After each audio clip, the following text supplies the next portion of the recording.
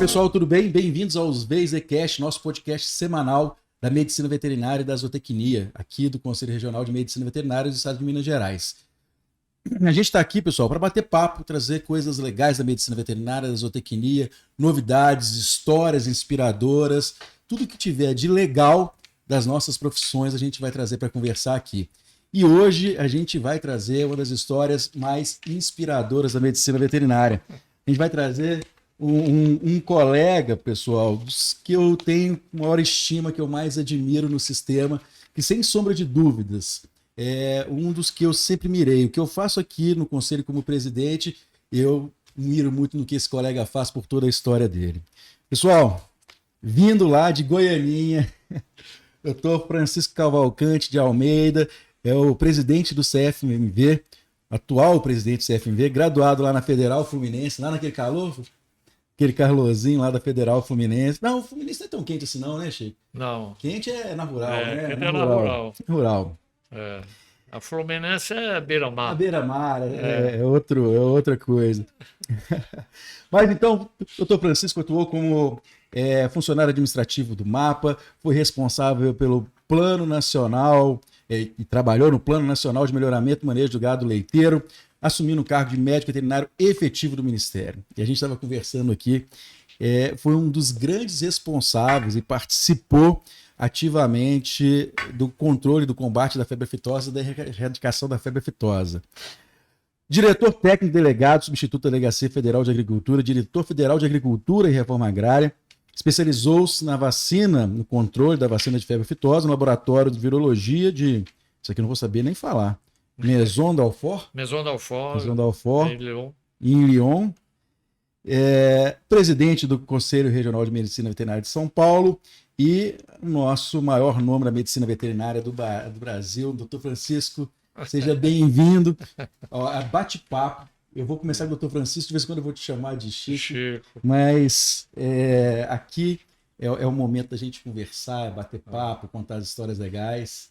E aí eu quero já pedir para você contar um pouco da sua história. Vamos inspirar esse pessoal, esses meninos que estão ouvindo aí. Conta um pouquinho como é que foi lá de Goianinha até... Goianinha para o mundo, né? O Bruno, posso chamá-lo de Bruno? Claro, né? Você tá doido. Uma honra para mim estar aqui hoje, né? Me dirigindo a você, colega, né? Do estado de Minas Gerais, um estado que é uma referência no mundo, né? Em toda a área. Então a gente está aqui, é um orgulho muito grande, né? E realmente eu me inspirei na minha família, né? Porque o que mais a gente preza na vida é a família, né? É o respeito que a gente tem aos nossos pais e os nossos filhos e nossas mulheres, né? Uma mulher só, né? Não são várias, uma mulher só. Então eu me espelho muito nisso, né? E o meu pai era um produtor rural. Meu pai criava galinha, né? Tinha os seus cavalos, seus jumentos, né? E eu me inspirei na veterinária exatamente observando o carinho que ele tinha com os seus animais, né? E Goianinha fica onde? E Goianinha é uma cidade que fica a 60 quilômetros de Natal, é Rio Grande do Norte. Mas fica para o sul ali, para o lado do Não, é mais para o sul do Nordeste, do Rio Grande do Norte, né? Em direção a Paraíba, Pernambuco e vem para o sul. Então eu me inspirava nele. E Goianinha é uma cidade de produtor rural, a sua economia é cana-de-açúcar, né? Agora hoje é feijão, batata, milho, essas coisas mesmo, a subsistência do meio rural, né? É que mantém a cidade. Queira ou não queira, o agronegócio é que mantém a cidade, né? Então a gente era produtor. E eu me inspirava e via que muitas das vezes meu pai tinha uma rezadeira. Então tinha um animal babando lá e vinha aquela mulher rezar. Então ela pegava uma vassourinha e benzia. E quando a vassourinha murchava, o animal ia se curar. E aí isso tudo era invenção, porque do momento que você extrai a planta do solo, ela vai murchar. Né? E a gente acreditava nessas coisas, né? E queira ou não queira, a gente achava que a rezadeira tinha a sua cura em determinadas doenças. Aí eu fui fazer um curso de operário rural, depois fui fazer mestre rural, até técnico agrícola. Eu via que tudo aquilo era psicologicamente. Isso Né? tudo lá em Goiânia? Em Goiânia. Não, depois eu vim para São José, São José eu fui para Macaíba fazer o colégio agrícola. Então eu sempre me inspirei nessa área rural. Área rural. E aí fiz minha carreira todinha, né? Eu tive um grande pai, que eu posso falar assim, que é o engenheiro agrônomo, Guilherme Fernando de Azevedo, que me adotou e me levou para o Rio. E quando eu cheguei no Rio de Janeiro, ele disse: você não veio trabalhar, você veio estudar. Legal. Né? Então ele me deu essa. Eu morava na casa dele, e um certo dia, no almoço, ele me perguntou: você está estudando para o vestibular? Eu disse: estou. Aí ele me fez 3 perguntas, né, de zoologia, e eu não soube responder. E isso na frente das filhas dele e do filho. Aí aquilo para mim foi uma vergonha. Aí ele disse: vou te envolver para o Rio Grande do Norte. Aí eu fui estudar realmente. Aí eu passei na rural, não para veterinária, para o curso de educação técnica, e passei na Fluminense. Como eu trabalhava na Praça 15, eu optei pela Fluminense, porque aí eu não ia ter problema com o meu trabalho. E aí me formei. Nessa época você já trabalhava no Mapa? Já. Eu no Mapa, eu comecei como office boy. Quer dizer, eu cheguei no Ministério da Agricultura pagando contas de meus chefes, que depois eu sentei numa mesa como um profissional igual a eles. Então a gente na vida tem que ter uma visão e um querer, é vencer. Não interessa as dificuldades que você passa, é batalhar para amenizar suas dificuldades e você chegar no seu ideal final, que é a sua profissão, ou o seu trabalho que você quer, o seu empreendedorismo, que você quer ser um engenheiro, ou um empreendedor, um empresário, mas você tem um ideal na vida. E eu tinha o meu ideal, que era conseguir ser veterinário. Né? E aí eu fui, me formei veterinário, e não foi fácil você ultrapassar todas as barreiras profissionais, né? Porque naquela época não se falava bullying, né? Não se falava, mas a gente sofreu muito bullying, né? Mas por quê? Por causa de por ser nordestino, não é por ter cabeça chata, por falar, né, com a voz assim cantando. E eu fui trabalhar num estado que é muito difícil, São Paulo. Né? Eu saí do Rio de Janeiro, fui trabalhar no estado de São Paulo, onde encontrei muitas barreiras, mas venci todas elas.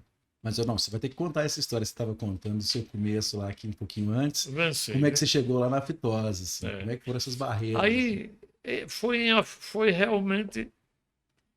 Quando eu me formei, eu tinha um chefe no Ministério da Agricultura chamado Absalão Caramuru Barcelos. E o Absalão, um certo dia, me convidou para fazer uma castração de 18 leitões. E não é minha área. Né? Eu fui com ele, era eu, o Dario, um colega de turma. Ele fez 6 leitões, o Dario fez 6. Quando chegou minha vez, que eu comecei a raspar e dei a primeira incisão no saco escrotal do leitão, que ele grunhiu, eu desmaiei. E eu acordei com o Absalão, né, me chamando. Aí eu perguntei: doutor Absalão, o senhor vai me mandar embora? Não faça isso, me dá uma outra chance, foi muito difícil chegar aqui. Aí ele me deu outra chance. E eu fui para Rio do Sul, município de Santa Catarina. Foi a hora que você saiu do Rio, né? Saí do Rio. Saiu do Rio e foi para lá. Fui estagiar lá, né, em Rio do Sul, uma semana. Quando eu cheguei em Rio do Sul, no sábado, deu um temporal, aquela cidade inundou. Eu fiquei preso no hotel sem poder sair. Quando baixou, na terça-feira, eu me apresentei ao colega que tomava conta do escritório da defesa. Aí nós fomos visitar uma granja de leite holandês. Aí ele falou de carrapaticida, banho, aquilo tudinho, brucelose, tuberculose, tudo dentro daquilo que a gente aprendeu. Aí chegou uma vez que ele disse, doutor Francisco, o senhor vai fazer uma palpação para ver se a vaca está prenha. Aí eu disse, doutor, desculpa, mas eu não vou meter o meu braço aí, não. Ele me devolveu para o Rio de Janeiro. Mas você continuou no Ministério? Eu continuei no Ministério. Aí cheguei lá, no Absalão, pô, doutor Francisco, você é veterinário? Eu não sou veterinário. Mas o veterinário não é só palpar, não é? Aí, num trajeto meu entre Niterói e Rio de Janeiro, eu encontrei um contemporâneo de faculdade chamando da família de Anjos, Nelson de Anjos. E o Nelson perguntou, ô Chico, como é que você está? Eu disse, rapaz, estou passando dificuldade. Aí eu contei para ele. Aí ele disse, rapaz, você não quer trabalhar na aftosa? O meu irmão, José de Anjos, é coordenador lá em São Paulo, pô, ele está precisando. Aí eu fui, me apresentei em São Paulo de Anjos e ingressei no programa de aftosa. Aí eu fui estagiar em Barretos. Que ano que era isso, Chico?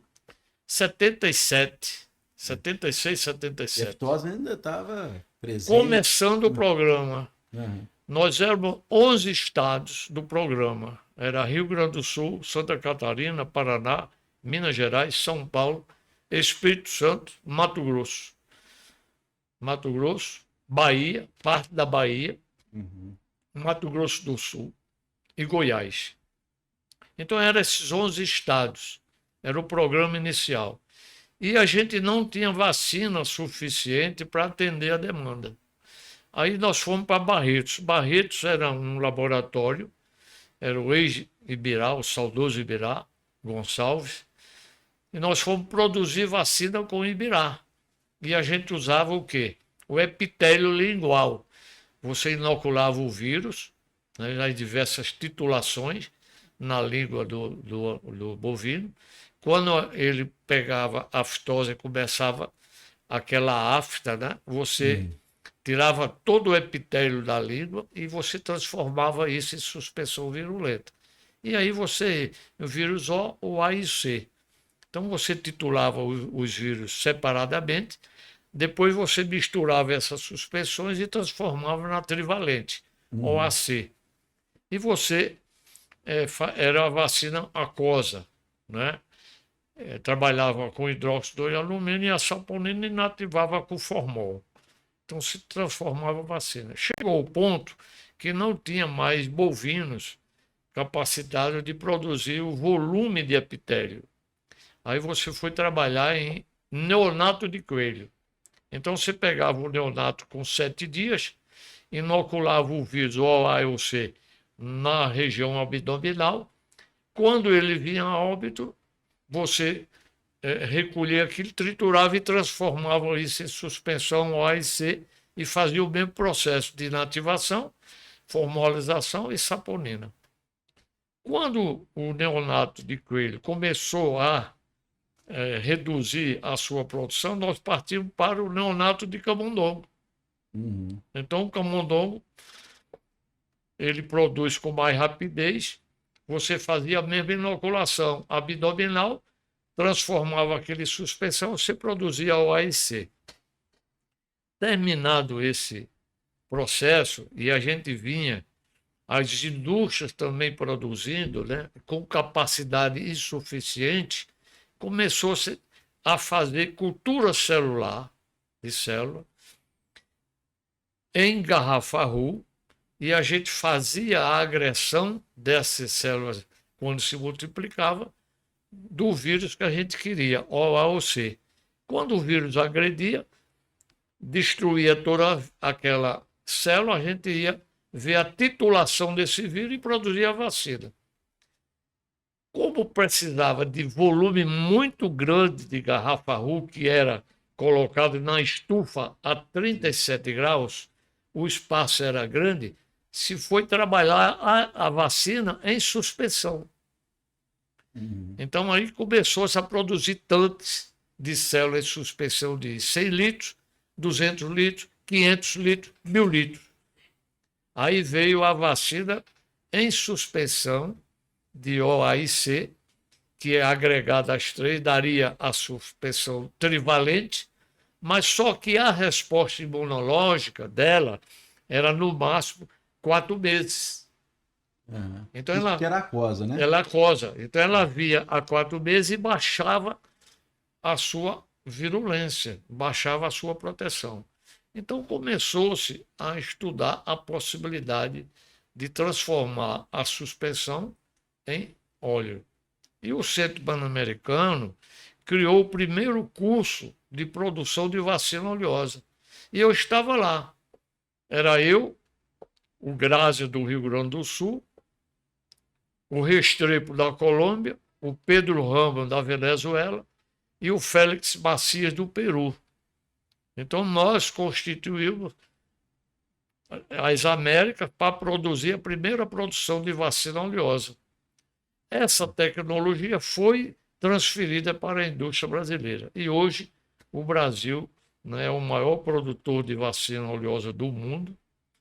E hoje eu me sinto um profissional extremamente realizado e orgulhoso quando eu vejo o Brasil se livrando da febre aftosa. Né? É isso que eu ia te perguntar. Né? Você participou lá do começo e viu como é que é hoje livre de até chegar hoje. E tive a oportunidade de acompanhar o ministro da Agricultura, né, lá na França, quando recebeu o primeiro título da OIE, reconhecendo os países, o Brasil e alguns estados livres da febre aftosa com vacinação. Então, para a gente, um profissional que amassou barro, né, a gente não saiu de cima, a gente saiu de baixo. Eu me sinto um profissional realizado, né, e muito orgulhoso disso. Chico, e conta aqui, como é que foi a sua entrada no conselho? Assim, como é que surgiu, né? Sei Rapaz, lá, como é que eles te colocaram nessa fria, assim? Porque aqui eu sou Nivaldo, vem aqui, vamos conversar, e quando eu vi, eu já estava aqui dentro, agora eu gostei do trem. É uma história realmente que deixa a gente até surpreso. Eu, como um médico veterinário, fiquei surpreso. Então eu vim trabalhar em São Paulo.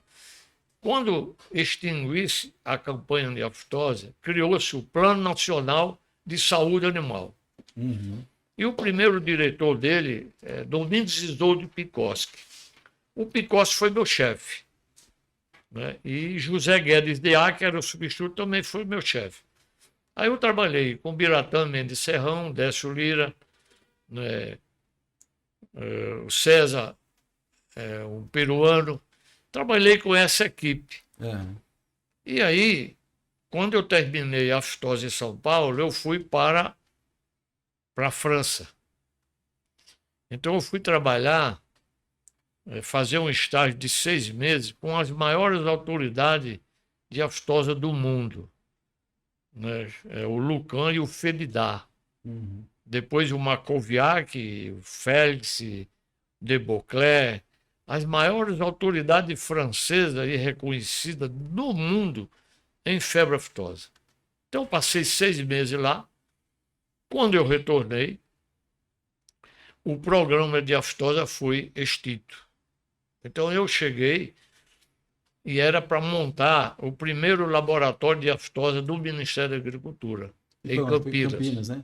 Em Campinas. Hoje tem Campinas, tem no Lanagro, né? Aqui... Não, Campinas hoje foi extinto, a aftosa, e hoje é uma referência no diagnóstico de aves.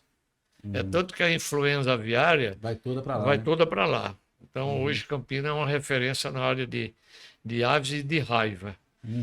Aí, eu fui fazer política de classe. E na política de classe, eu fui assumir alguns cargos no Ministério da Agricultura, onde eu cheguei a superintendente. Na época era diretor, no governo Cabreira. Então eu fui trabalhar com o Cabreira como superintendente. Quando o Cabreira saiu, eu me aposentei do Ministério. Aí eu fiquei sem fazer nada. Me aposentei e fiquei como veterinário, ganhando a ninharia, né? Que não dava para viver. Aí, a Secretaria de Agricultura criou o programa de inspeção. E o Carrefour lançou a primeira carne homogeneizada a 5 graus centígrados. Aí eu fui CRT do Carrefour. Legal, eu não sabia não que você tinha tomado a expressão. Então essa carne, ela era moída a 5 graus. E ela, na gôndola, ela não poderia passar de 6 horas, que começava a escurecer. Uhum. Aí eu fui trabalhar no Carrefour, acompanhando como RT na produção dessa carne e na comercialização. Que legal. Então trabalhei 3 anos. Quando eu saí do Carrefour, fui para o Extra levando essa tecnologia. Até um dia que eu dormi na direção e quem me acordou foi uma carreta. Ele viu que eu ia descer, a carreta buzinou, eu acordei já descendo com o carro. A partir daí eu pedi para sair de todo esse trabalho e fiquei em casa. Quando eu estou em casa, eu sou procurado pelo Abraão Buchaski, pelo Odmilson, hoje presidente de São Paulo, para me lançar candidato ao regional. Então a culpa foi do Odmilson. A culpa foi do Odmilson. Aí eu fui ser candidato do regional e participaram 3 chapas. E eu ganhei da situação e da concorrente. Aí conduzi o conselho por 3 gestões, sempre chapa única, né? Quando eu terminei meu mandato, o Mário era presidente do regional. Aí saiu a eleição para o federal. Aí o Mário me chama um dia e diz: Chico, é sua vez para o federal. Eu disse: papai, que é isso, loucura. Gostei, aposentado. Já é a terceira vez que eu estou aposentando. Que é isso, loucura. Aí eu disse: não, Mário, me dá um tempo. Me dá um tempo para pensar. Ele disse: não pode pensar muito. Aí o Mário juntou o Mário, Pitombo, Zé Arthur, o senhor Nivaldo também. Nivaldo de Minas Gerais, né? Eu agradeço a Nivaldo, é um saudoso colega que deveria hoje estar aqui, tenho certeza disso, porque a gente já havia negociado isso com ele, né? Goiás e Mato Grosso. Juntaram esses estados e formaram: é você o candidato. Eu disse: meu Deus do céu. Então me dá aí uns 15 dias, eu fiquei pensando, aí reuni o Abraão, reuni o Denilson, eu disse: rapaz, os caras querem me levar para o federal, o que é que vocês acham? Vamos lá. Né? Aí foi quando o Mário realizou a primeira reunião em São Paulo. Aí eu fui mostrar o que eu pensava do federal. Né? Eu achava o federal muito fechado. Porque a gente participava das câmaras nacionais e a gente não tinha voz. Quando a gente ia falar, o presidente cortava. Aí eu disse: não, isso tem que mudar, porque o Conselho Federal é nossa casa, né? E tem que ser aberta. Aí fiz o meu programa. E qual foi a minha campanha, Bruno? Foi uma carta aos colegas me apresentando, né? E com 4 itens, né? Transparência, reconstrução, fale com o presidente e tinha um outro item. E participação, participe. Então eu me apresentei aos colegas com esses 4 tópicos, né, que eu achava que tinha que abrir. E estou aí, hoje aqui, terminando a nossa gestão, termina agora no dia 16 de dezembro, né? 2 mandatos. Uma mudança no sistema, isso eu posso falar. Uma mudança. Uma mudança, sim, radical no sistema. Eu trabalho para você, né? O colega que está nos assistindo, né? E eu criei em São Paulo, no primeiro ano, uma frase: o conselho é de todos. Sim. Né? Porque apenas nós somos um gestor. Mas você, colega, né? Você zootecnista, você veterinária, você veterinário, você é o conselho. Né? Vocês apenas escolhem alguém para gerir a sua entidade de representação. Então, o conselho é um órgão público, né? Fé pública, é lei, é criado por lei, em que o governo não tinha condições de fazer todo esse gerenciamento de fiscalização, ele delegou às classes. Não é só veterinária, né? Hoje nós somos mais de 700 conselhos, agora regulamentados são 32 conselhos, em que nós fazemos parte desse fórum. A cada mês tem reunião no fórum. O conselhão, né? É o conselhão, a gente discute os problemas que são iguais para todos os conselhos. Né?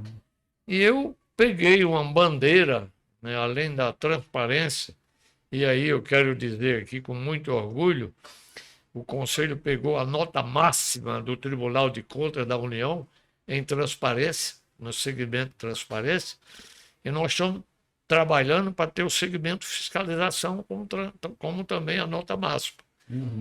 Então, para a gente, é um orgulho você ser mencionado num trabalho do Tribunal de Contas da União como número 1.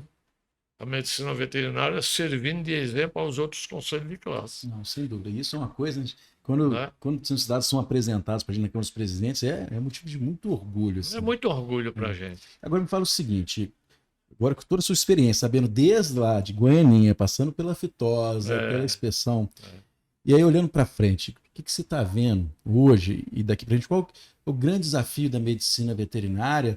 A zootecnia, hoje a gente até conversou mais cedo, né? A gente percebe que a zootecnia está num patamar diferenciado, não tem tanta concorrência, assim, né? Eles estão bem estabelecidos, mas na medicina veterinária, o que se enxerga como o principal desafio hoje, né? O que tem de problema na medicina veterinária para a gente trabalhar? Estou te perguntando para você me falar, porque eu continuar trabalhando, assim, para eu pensar e começar a ver da sua experiência, para que lado que a gente tem que preocupar? O que a gente está... Bruno, nós temos que nos preocupar, primeiro, com o ensino. Então, o ensino da veterinária, ele caiu muito. Então, você veja, em 1933, quando Getúlio Vargas assinou o decreto 23.133, que regulamenta a nossa profissão, naquela época, o artigo número 1 do decreto já se preocupava com o ensino. Então, naquela época, ele criou o ensino padrão da veterinária presencial em 100%, que era hoje o Instituto de Medicina Veterinária da Rural, que era a primeira faculdade de veterinária da URCA. Então, você vê que o Juscelino, lá atrás, né, com o ministro da Agricultura, que era o Stávora, de Fortaleza, já se preocupava com o ensino. Então, o ensino presencial. E a gente vê hoje o ensino um pouco em degradação. E sabe o que é legal? Esse espaço. Essa é uma preocupação. É legal, vou aproveitar e vou pedir para você falar. Porque às vezes os colegas não sabem que a gente não concorda com isso. A gente vê esse grande número, porque para a gente é ruim, os colegas são mal formados, grande parte deles, né? E às vezes o conselho não faz nada. Conta pra gente aqui, me conta o que lá em Brasília você tem feito com essa questão do ensino. E aí quando a gente começa a falar, mas vocês fazem isso? Fazemos. Como é que está essa situação hoje? O que lá no Brasília você tem feito para mitigar um pouco essa questão do ensino, né, desse problema do ensino? Muito boa o seu questionamento, e veja bem, quando eu assumi o conselho em 2018, né, eu ganhei em 2017, assumi 17 de dezembro e comecei a trabalhar mesmo em 18. Eu mandei um expediente a todo o Ministério Público Federal do Brasil, já preocupado com a qualidade do ensino. E que não se falava naquela época de EAD. Era um ensino presencial, mas a gente via a decadência do ensino. Por quê? Eu visitei todos os cursos criados em São Paulo como presidente. E eu via a formação que estava sendo oferecida para os colegas. Eu comecei a me preocupar. E nunca deixei de lado o problema do ensino. Então eu fui ao Congresso Nacional, eu fui ao MEC, eu fui ao Conselho Nacional de Educação, onde transitava no Conselho Nacional desde 2013, uma proposta de novas diretrizes curriculares. E aí, com o nosso presidente da comissão da época, que era o Mondadelli, do Rio Grande do Sul, nós tivemos uma reunião, aliás, 2 reuniões no Conselho Nacional da Educação. E fomos discutir as novas diretrizes. E conseguimos, naquela época, retirar das nossas diretrizes que estavam em vigência o EAD em 20%. Então, aprovamos as diretrizes sem nada de EAD. Nada. Então, você vê que a gente vem dessa luta, né? Aí assumiu o Bolsonaro. Foi ministro da Educação, eu esqueço o nome dele, eu não sei falar o nome dele. Em 15 dias, ele homologou as nossas diretrizes. Mas, infelizmente, um mês depois, ele baixa uma portaria até 40% para a veterinária também, excluindo a medicina. Aí nós continuamos na nossa luta. Então, tivemos aí várias audiências públicas na Câmara dos Deputados. Tivemos um apoio de 2 médicos deputados federais dessas audiências, em que a gente dizia: EAD para veterinária, 0. Temos que melhorar a qualidade do ensino. Temos que melhorar a qualidade do ensino. Em 2018, nós baixamos uma resolução que impedia o egrégio do ensino EAD se inscrever nos regionais. Isso aí foi uma grande coragem, né? Foi uma grande coragem. Eu tinha consciência de que a minha resolução não tinha apoio jurídico. Mas eu queria criar um fato para chamar a atenção. E criei. Deu muito certo, né? E criei. Porque eu recebi uma presidente de uma mantenedora do ensino privado.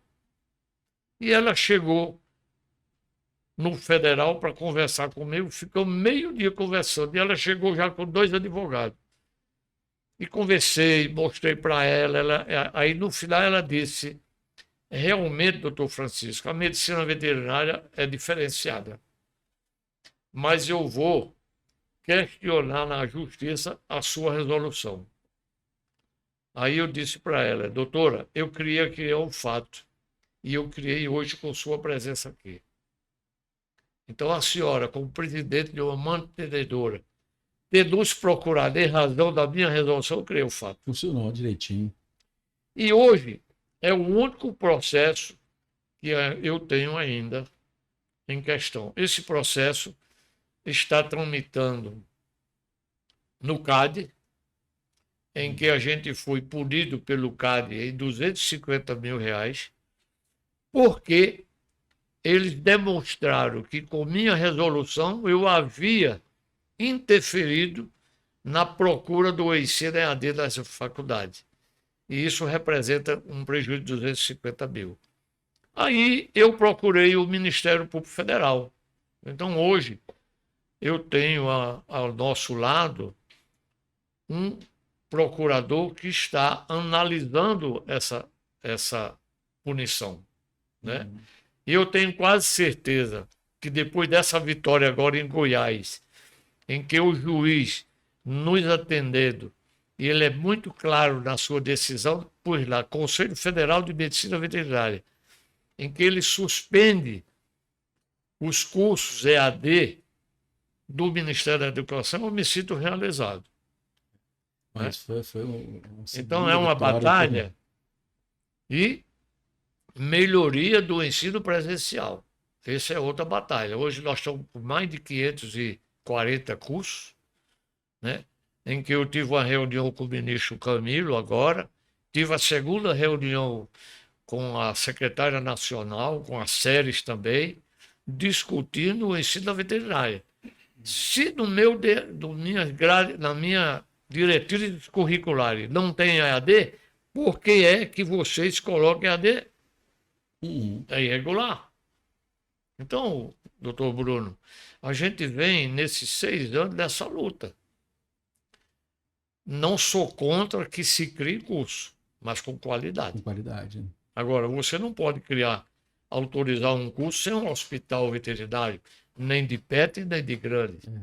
Seria bom, né, se a gente, nessa conversa, não é? atingisse os candidatos aí à medicina veterinária, né, para poder escolher direito os cursos. Né? Você tem Sim, escolhido o curso mais barato e tudo, e veterinário é um curso caro, não adianta, né? não adianta. Eu já pensei a formatar o que é um curso de veterinário e colocar no site do Federal, Fantástico isso. entendeu?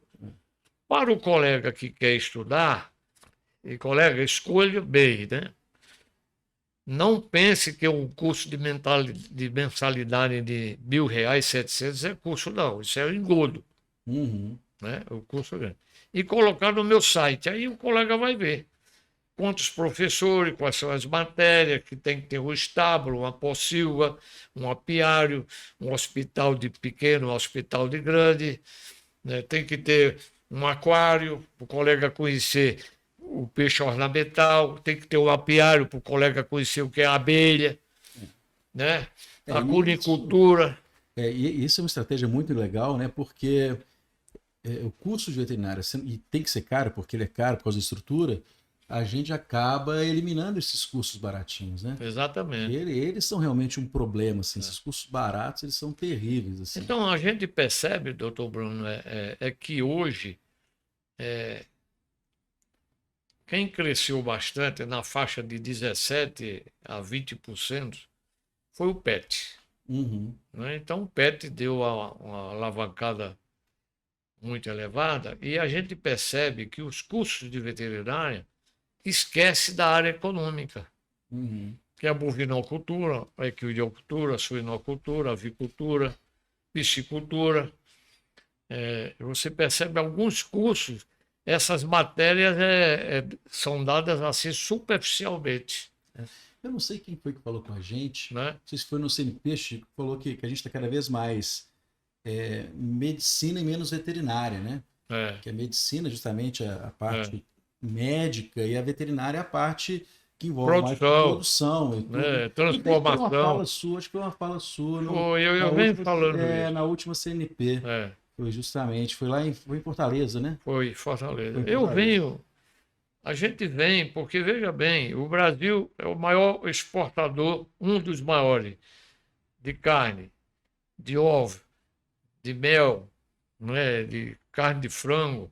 Está entrando agora o quarto de suíno. Mas a gente percebe que já está se esgotando profissionais da área. Uhum. Porque a área está muito vinculada ao PET. Não sou contra, mas temos que voltar para a área econômica. Né? A gente pergunta coisas do futuro, você já está falando aí, olha, está faltando gente. E é legal, né? Você, como presidente do sistema, você consegue ter uma visão do Brasil inteiro, o que está funcionando, não tem. E está faltando. É o apagão da mão de obra que a gente vai acabar vivendo daqui a pouco, né? Na área de produção e na área de inspeção também, né, Chico? Na área de inspeção é mais grave ainda. Uhum. Hoje, antigamente, o Ministério da Agricultura tinha os centros de treinamentos. O colega entrava, ele ia passar 6 meses lá numa indústria do próprio Ministério. Né? Aqui em Minas você tem a área de leite, né? Que faz a formação. Uhum. Em Barretos você tinha também a área de produção. Hoje não tem mais. Então o colega se forma, aí ele vai trabalhar na área de inspeção. E muitas vezes despreparado. Uhum. Né? É carne, é leite, é mel, né? É ovos. Mas tem que ter o veterinário sim, é a classificação, é a granja que não seja portadora de pulorose, e etc, etc. Quando chegou a influenza dessa, não chegou a influenza agora, a gente tem que tomar as medidas sanitárias.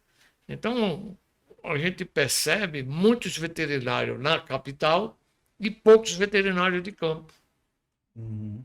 E aí tem um segmento muito importante. Quando a veterinária começou a crescer, o governo absorvia essa mão de obra. Aí, por isso a nossa lei diz, se possível for, caso necessário, o artigo 27 e 28 da lei 5.517, e muitas vezes o juiz não nos dá direito, causa dessas palavras, né? Porque quando se formou a lei, não existia, eram 4, 5 faculdades públicas. Então eram poucos veterinários. Por isso, esses artigos tinham, caso necessário, se possível for. Hoje, o volume é muito grande. A gente está com quantos profissionais hoje? Hoje dá 218 mil veterinários. Caramba. 165 mil atuantes. É gente demais. É muita gente. Em que a grande maioria é pet e quer ficar nos grandes centros. Até na demografia, né, que foi lançada, um dado Foi pelo Felipe Wolff, né? Felipe Wolff. E tem um dado interessante que fala muito isso, assim, né, que os profissionais, como na medicina, geralmente, eles ficam onde eles se formam. Né? Então, se você for olhar aqui em Belo Horizonte tem 12 cursos veterinários. Do outro lado da rua aqui tem um curso veterinário já. São Paulo está com 112 cursos. Nossa. No estado. E aí você vê, doutor Bruno, né, a inversão. O campo se esvaziando. Né? E aí, quando o governo começa a admitir colegas, reduz a possibilidade do autônomo. Porque o colega do Estado quer fazer tudo. Mas agora, com a lei do autocontrole, vai ser outra. É outra. Aí reclama do autocontrole. Eu sou extremamente favorável. Extremamente favorável. Vai abrir mercado. Vai ser um boom de mercado. Porque quem é que é o responsável por quem produz? É o industrial, não é o CIF. Não é o SIM. O CIF e o SIM diz as regras para você seguir. Mas o produto é você o responsável. E aí eu defendo muito, e venho defendendo isso há muitos anos, de que qualquer embutido tem que ter o nome do RT. Quem é o RT da usina de leite? Dr. Francisco Cavalcante de Almeida, está lá no rótulo. Você me fez lembrar um negócio aqui agora. Quem é o responsável pela bandeja do ovo? Tem que estar lá o RT. Dr. Bruno, está lá o RT. Não o CIF. Como tem na... E no autocontrole vai ter essa possibilidade. É como vacina, medicamento. Quem é o responsável da combate à pulga? Mário Pulga. Exatamente que eu tinha lembrar disso. Lá na embalagem, lá da barra ali, né? Então, a medicina veterinária, ela é uma profissão nobre, extremamente nobre, veio para ficar e crescer. A tendência nossa é de uma projeção incalculável. Sem dúvida. Incalculável. E agora, chefe, que a própria OIE reconhece, quando se fala em saúde única, né? Você vê, a própria OIE diz que 75% das enfermidades humanas vêm dos animais, procedem dos animais. Em razão disso, nós estamos questionando a OIE, Organização Mundial de Saúde, se ela tem um departamento veterinário lá dentro. Porque se a própria Organização Mundial de Saúde reconhece de que 75% das doenças humanas procedem dos animais, tem que ter lá um departamento veterinário. Ele segue a orientação da OIE. Não é isso, nós queremos lá dentro da OMS. Porque é sempre um negócio. Hoje mesmo eu recebi aqui na ouvidoria uma pergunta se a gente é ou não da área de saúde. Né? Tem aquela recomendação da Comissão Nós somos das duas, É. de saúde e do agronegócio. Isso precisa ser bem marcado. Mas me conta uma coisa aqui. Você entrou lá no conselho, foi uma mudança, né? O ex-presidente tinha 4 ou 5 gestões, né? Um período muito longo e uma gestão que ela ficou cansada. Não, você vê, 50 anos de comemoração do conselho com 6 presidentes. Então só um tinha 20 mandatos, 20 anos. Então, 20 anos. E aí, quando você entrou, você fez, você primeiro foi aquele desafio de pôr a casa em ordem. E o que você falava assim agora, que você está preparando para para passar a bandeira, assim, você falou, isso aqui foi muito legal, foram conquistas que a gente fez no Conselho. O que você enxerga hoje? Rapaz. O que você fez? Assim? Eu sei que são muitas coisas, mas fala, dá uma levantada assim, de coisas bacanas. Assim, olha, pessoal, isso aqui foi a gente que fez, isso aqui foi a gente que fez. A primeiro é a nossa cédula, né? Isso. Olha aqui, ó. Ah. Né? Isso aqui. Foram 5 anos de trabalho. E aí foi muito legal a cédula, porque eu fui 5 embarcar anos, né? agora recente para a posse lá do Rio. Aqui a cédula, a menina lá da companhia aérea, não, ok. E depois daqui, né? É. Né? A cédula virtual. Não é verdade? É verdade. Isso é muito legal. Onde é que tem? O aplicativo é da cédula, né? Mas foi tão revolucionário assim, porque a gente muitas vezes não anda. Eu mesmo muitas vezes não andava com a carteira, porque era muito grande, né? Não cabia na carteira, a carteira nossa profissional. Agora com ela digital no celular. Aqui, ó. Aí, ela digital, né? E ela no... Então hoje você tem ela aqui, digital, e tem a célula, né? Cartãozinho, que era aquela grande que não cabia. Então isso foi uma grande luta. Uhum. E quem faz para a gente é a Casa da Moeda, com 7 itens de segurança contra a falsificação. Então foi um trabalho longo, né? A gente discutiu muito em plenária o custo disso. Eu gastei 2.250.000 para recadastrar todo mundo gratuitamente, porque o dinheiro é do colega, não é do conselho. Então todo overwhelmed é o conselho isso, né? Esse foi uma grande vitória. A outra, acabar com o processo, com papel. Ganhei do Rio Grande do Norte o SWAP, que é um sistema que hoje... Serviço Unificado da Administração Pública, né? Então a universidade me deu isso, através de um colega que era reitor lá, do Instituto, né, do ensino. Mas não foi por causa disso, você sabe que não foi por causa disso não, né? Esse era assim, não, o presidente do conselho era aquele de Goianinha, deixa que é conterrâneo, por isso que eles passaram, não foi? Não é. É o Josué, ele é um veterinário da área de saúde, e ele era reitor do Instituto Federal de lá. Lá do Rio Grande do Norte. Do Rio Grande do Norte. E o Irto era o presidente do Rio Grande do Norte. E o Irto, ele esteve no Ministério do Planejamento logo que ganhou, e ele me ligou, Chico, nós temos que informatizar o Conselho. Aí eu procurei o SEI, no Rio Grande do Sul. Me inscrevi e o SEI não saía. Aí o Irto trouxe o Josué e eu comentei. Aí o Josué, ô Chico, eu tenho o SWAP. Aí contou a história. Vamos formar um protocolo? Eu disse, agora. Aí firmamos um protocolo e hoje é a realidade. E o SWAP tem 12 módulos. Esse é o primeiro módulo de processo. Aí vem um módulo financeiro, um módulo de pessoal, um módulo de estoque, almoxarifado, o módulo de fiscalização. Então a gente implantou esse primeiro módulo, que é acabar com o processo. Agora nós vamos no módulo de recursos humanos, né?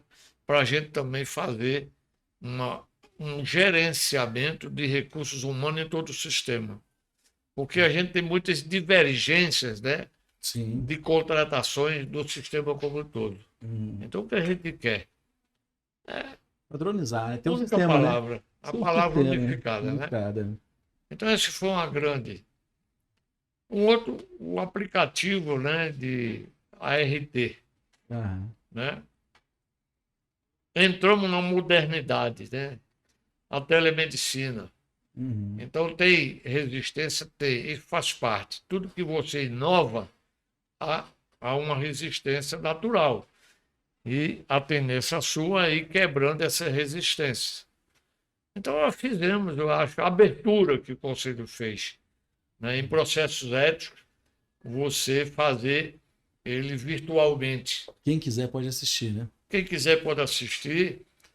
Quem quiser se defender com o federal no processo ético, ele recebe o link, participa, faz sua sustentação oral, ou o colega ou o seu procurador.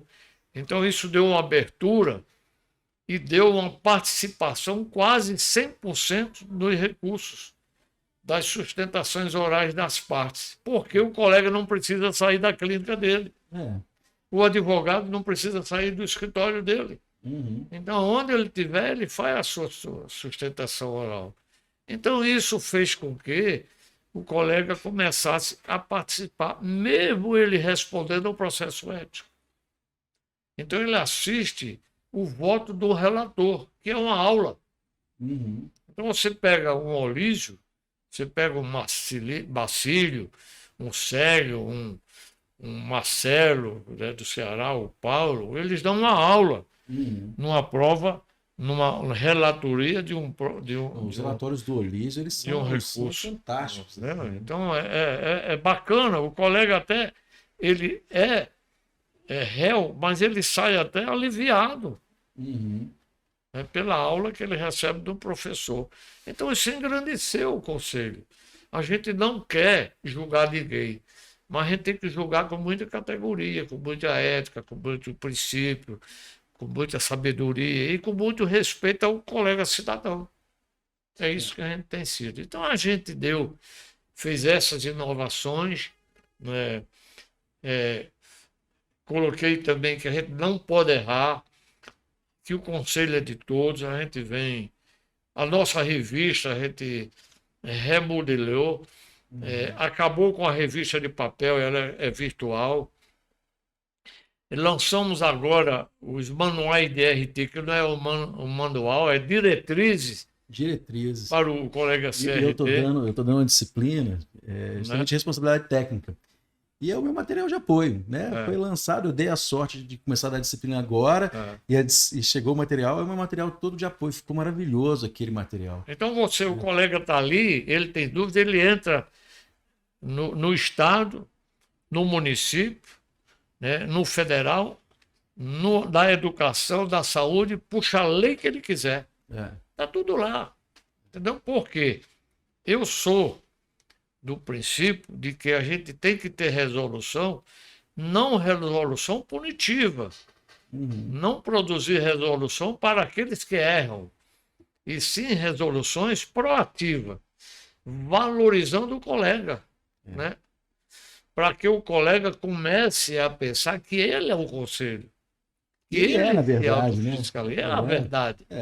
Né? Então, Bruno, essas mudanças que a gente fez, e por isso a gente lançou a Ana, que é minha substituta, ela vem há 3 anos acompanhando todo esse trabalho, e a gente espera que ele continue e se modernize mais ainda, se atualize e se adapte à realidade do dia a dia. Então, hoje, né, saiu, a gente está gravando esse programa no dia 31 de outubro, né? 2 de outubro. E saiu a resolução da interdição cautelar, né? Suspensão cautelar. Suspensão cautelar, que é fantástico. Fantástico, tem que ter, porque às vezes o colega está fazendo um absurdo, né? Aí o conselho, suspende aquilo ali. Né? Não, e um ponto que a gente está evoluindo, que já passou por nós algumas propostas de minuta, de reciclagem do colega, né? De fazer um TAC, né? Então, isso são coisas que o sistema tem evoluído muito rapidamente. Né? Mudar para a realidade. Você tem que ser realista. Então, o que é que eu penso? Eu não penso o Conselho Federal arrecadador. Eu penso o Conselho Federal defensor do profissional veterinário zootecnista. A arrecadação já é a anuidade. Já são as inscrições de quem utiliza a veterinária zootecnia para ser industrial. Então, isso já caracteriza a sua arrecadação. Então, reduzir ao máximo a cobrança do colega profissional. Nós estamos estudando aí, colega isso tem sido questionado muito. Ele é veterinário, para ele exercer, ele tem que ter sua clínica. Sim. Aí ele tem que pagar também sua clínica. Aí, para ele melhorar, ele tem que ter o seu PET. Aí ele é obrigado. Então, a gente está estudando isso. Qual o impacto que isso pode acarretar no sistema, né? E tentar reduzir, como a medicina fez. O colega que é médico e ele tem um consultório e tem algumas atribuições, ele paga apenas 20%. Então ele tem uma redução de 80%. Por que não a veterinária fazer isso? Isso tem que ser realmente muito corajoso, porque a gente sabe das dificuldades do sistema, mas a gente sabe que os colegas sentem muito, né, Chico? Então a gente tem que buscar isso mesmo. Tem que buscar. Para quê? Otimização. O colega crescer, ter orgulho da entidade dele, né, que não é arrecadadora, está para protegê-lo. Então, isso não deu tempo, nem está dando tempo para eu implantar. Mas eu tenho certeza que a doutora Ana vai olhar com carinho. Mas é importante plantar semente. Plantar semente. Então a gente deu uma inovada no conselho, a gente fez uma gestão de transparência, quer dizer, tudo que a gente faz está lá no site. O colega, aí eu peço ao colega, entre no site do Federal, acompanhe, entre na revista, critique, mande sugestões, porque é assim que a gente constrói uma entidade forte. O colega respeitando. Aí é um pedido ao colega, não fale mal da sua entidade, fale bem, porque só você ter a cédula para exercer uma profissão já é um grande trabalho, né? É uma grande missão. Chico, a gente está na nossa hora, mas eu quero te perguntar uma coisa. Justamente na sua posição hoje, enxergando o sistema como um todo, todas as áreas da profissão. O que você vê de futuro para a medicina veterinária e para a zootecnia também? O que você enxerga? Para que lado que vão caminhar as profissões? Para justamente a gente acender esses alertas e buscar esses caminhos, né? O que você tem visto aí? O que você fala assim, olha, vou filosofar agora, assim, olha, veterinária tem para esse lado, busquem isso, busquem aquilo, e a zootecnia também. Porque isso os colegas que estão assistindo, muitos deles estão começando a carreira e estão ali querendo essa informação que é importante para eles seguirem. Assim. Missão nossa, ter um rebanho mundial sadio. Ter uma alimentação de origem animal saudável. E ter o meio ambiente preservado. Constituindo isso, a saúde única. Fantástico. Porque se eu tenho um rebanho sadio, se eu tenho uma alimentação saudável, se eu tenho um ambiente preservado, eu estou trabalhando em benefício da sociedade, em que você é da sociedade, eu sou da sociedade. É isso que nós queremos, uma sociedade saudável. Que bacana. Essa é a grande missão da veterinária. E por isso a veterinária é muito invejada. Sim, sim. Pela sua posição que tem no contexto mundial do bem-estar da humanidade. E essa responsabilidade é nossa. Assim disse Pasteur em 1751. A medicina cura o homem, a veterinária cura a humanidade. Essa é a nossa missão. Fantástico. Francisco, obrigado. Enterrar, eu agradeço assim. Já tem gravado alguns episódios, tem alguns episódios que me marcam muito. Assim. De uma hora que eu estava aqui olhando, assim, aprendendo, e é muito, muito bacana quando está aí conversando comigo uma pessoa que justamente que me ajuda a crescer, que quando eu olho, senhor, o que eu vou fazer agora da medicina veterinária, para que lado que eu quero ir, e aí eu vejo o senhor, com outros colegas que passaram também.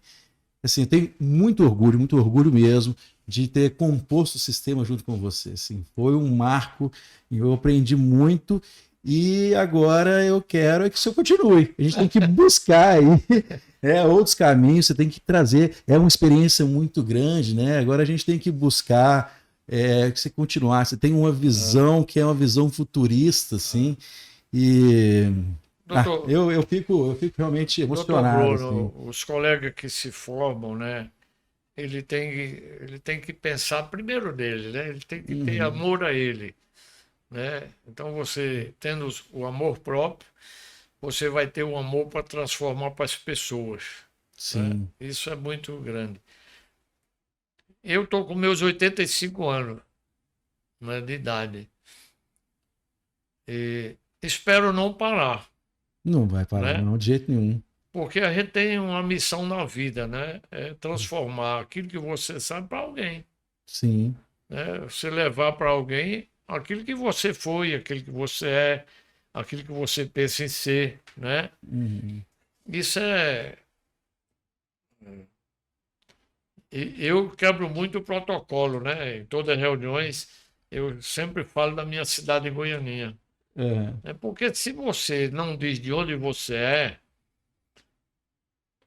já está se recusando a dizer a verdade, né? Então, eu sou de Goianinha, é uma cidade pequena, né? Aquilo que eu já falei, né? E eu penso em fazer meu livro, né? De Goianinha para o mundo. Que legal. O John Azul do Marcílio, né? O Marcílio, que foi nosso presidente, que é conselheiro lá do sistema, ele está um escritor de mão cheia agora. Então, os colegas, bater esse papo aqui é uma alegria para a gente, né? É uma satisfação. E numa gestão, Bruno, não é por você estar aí, não, é que merece ser comentada. E comentada com sua visão também futurista. Quer dizer, eu acabei de assistir aqui alguns áudios seu, né, que me chama a atenção. Eu até perguntei por que não levar isso em Brasília agora, em dezembro, para mostrar para os outros conselhos. Vamos lá de van. Né? O carro do Papai Noel nosso é a nossa van. É o trabalho volante que você faz. É uma coisa fantástica, inovação. Né? Com equipe de comunicação que não tem chefe, todos são chefes, né? Se revezam, fazem tudo. Isso demonstra gerência. Mas demonstra... você sabe esse é o problema, que de vez em quando eu dou muita asa para eles e inventam cada moda, você precisa ver. Mas isso demonstra a liderança que você tem. Assistir hoje sua plenária demonstra a sua liderança e seu respeito pelo seu trabalho. Então, isso precisa ser divulgado, né? Os mineiros que não conhecem, eu sei que 90% conhece, aplaudam cada vez mais esse trabalho, né? Que é um trabalho inovador.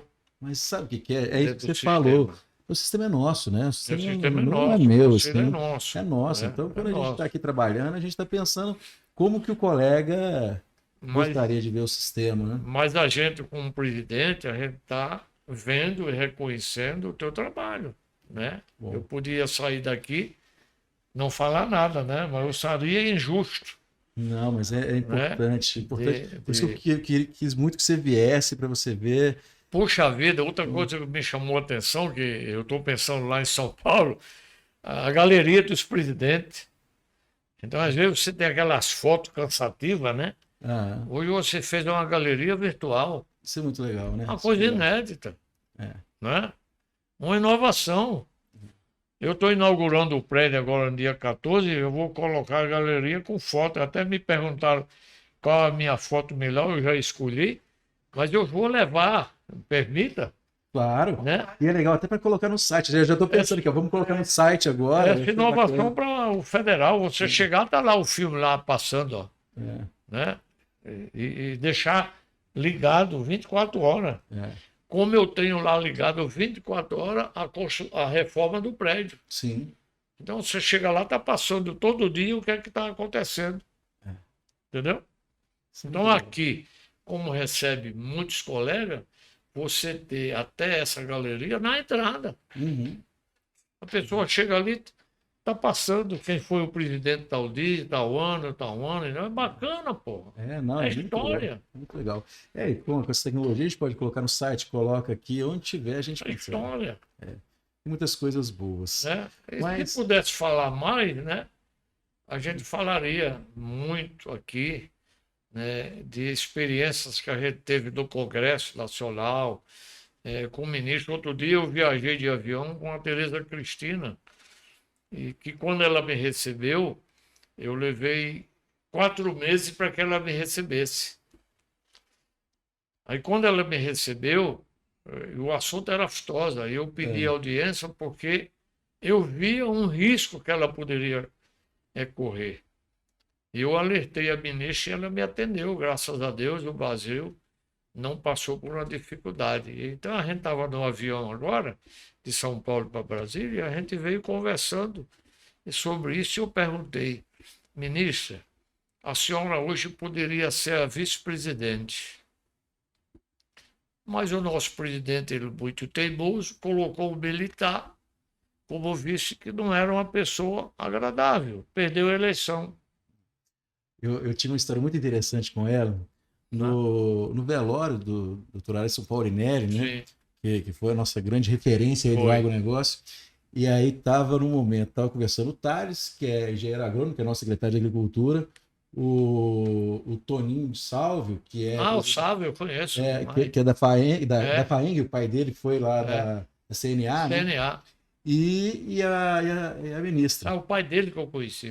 O pai dele, E a ministra. E eles estavam falando assim, eu estava conversando, estava com os seus 4 conversando, aí ela chegou uma hora assim, vocês veterinários dão muito trabalho no ministério, vocês são muito rigorosos e tudo, vocês tinham que saber dizer, mas eu achei bom, né, porque realmente o nosso rigor ali é o que segura muito justamente as doenças e tudo. Lógico, E foi bacana, a gente estava brincando, foi um momento descontraído, apesar da situação ali triste, né? Mas ela falou, não, vocês são tão bons, vocês dão muito trabalho lá pra gente, assim. E é uma pessoa agradabilíssima ela, né? Eu tive uma reunião, você está sabendo, eu tive uma reunião com o Hélio Batista. Lá em São Paulo, ele teve lá 1 hora mais ou menos, né? E ele falava em criar curso de veterinária. Aí nós levamos lá para Bonito, para Campo Grande, lembra? Foi, Campo Grande. O Guilherme, que era um dos assessores dele. E depois nós descobrimos que era um curso de técnico, de 2.000 horas. Aí eu disse, Guilherme, não tem amparo legal. Então desista, porque não existe técnico em veterinária. Ou você é veterinário ou auxiliar. E nós regulamentamos o auxiliar em veterinário porque na CBS, né? Código Brasileiro de... Existe o ocupações, auxiliar veterinário. Isso. No Ministério do Trabalho. Aí, para a gente não deixar livre, a gente criou uma resolução disciplinando o curso de auxiliar veterinário em 200 horas, né? 120 horas teóricas e 80 horas práticas. Aí, em razão disso, o Hélio queria criar o curso de técnico veterinário e agora ele desistiu. Não, tem muita coisa. A gente tem que pegar e ir levantando essas coisas para a gente... Porque o colega não sabe desses detalhes. Não sabe, né? Não sabe quanta burdoada que a gente toma, né? Quanta burdoada, né? Quer dizer, nós ganhamos agora da biomedicina, né, uma decisão judicial terminal de quem faz o exame da área de veterinária é o médico veterinário, não o biomédico. A biologia teve uma outra conquista. A biologia, nós ganhamos. Ganhamos da farmácia. Né? Estamos aí brigando com a química. Então nós temos um monte de processos com essas outras profissões que acham que tem o direito de fazer o que a gente faz. Então, é isso que você falou. A gente é uma profissão tão bacana que ela é muito invejada. Assim. Muito invejada. E nós temos essa felicidade da lei 5.517, o decreto 64704, que regulamenta, né? É que nos dá esse direito de cuidar tecnicamente do rebanho e sanitariamente. Então, eu sou muito de... Quando você cria o RT, você introduzir RT sanitário. Porque quando você introduz a palavra sanidade, essa é da veterinária. Sim. Não tem mais ninguém. É tanto que a lei diz diretor técnico sanitário, não diz RT. Então, discutindo agora com um grupo de trabalho que estuda os manuais, como a gente introduz a palavra sanidade. Entendeu? Para definitivamente a gente excluir qualquer profissão. Muito legal. Nosso tempo acabou, infelizmente. Mas vamos à disposição. Não, tem mais coisas que a gente tem que pensar. Assim, a gente tem uma meta aqui de fazer o nosso 52, né? 52 podcasts anuais.